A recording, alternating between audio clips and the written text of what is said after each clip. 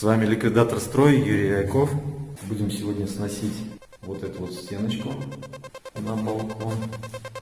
Все как всегда. Дверь, окно, радиатор, стену. Кроме того, нам предстоит убрать вот этот вот проем, заложить стену прямым углом газоблоком. А новый проем будет вот здесь.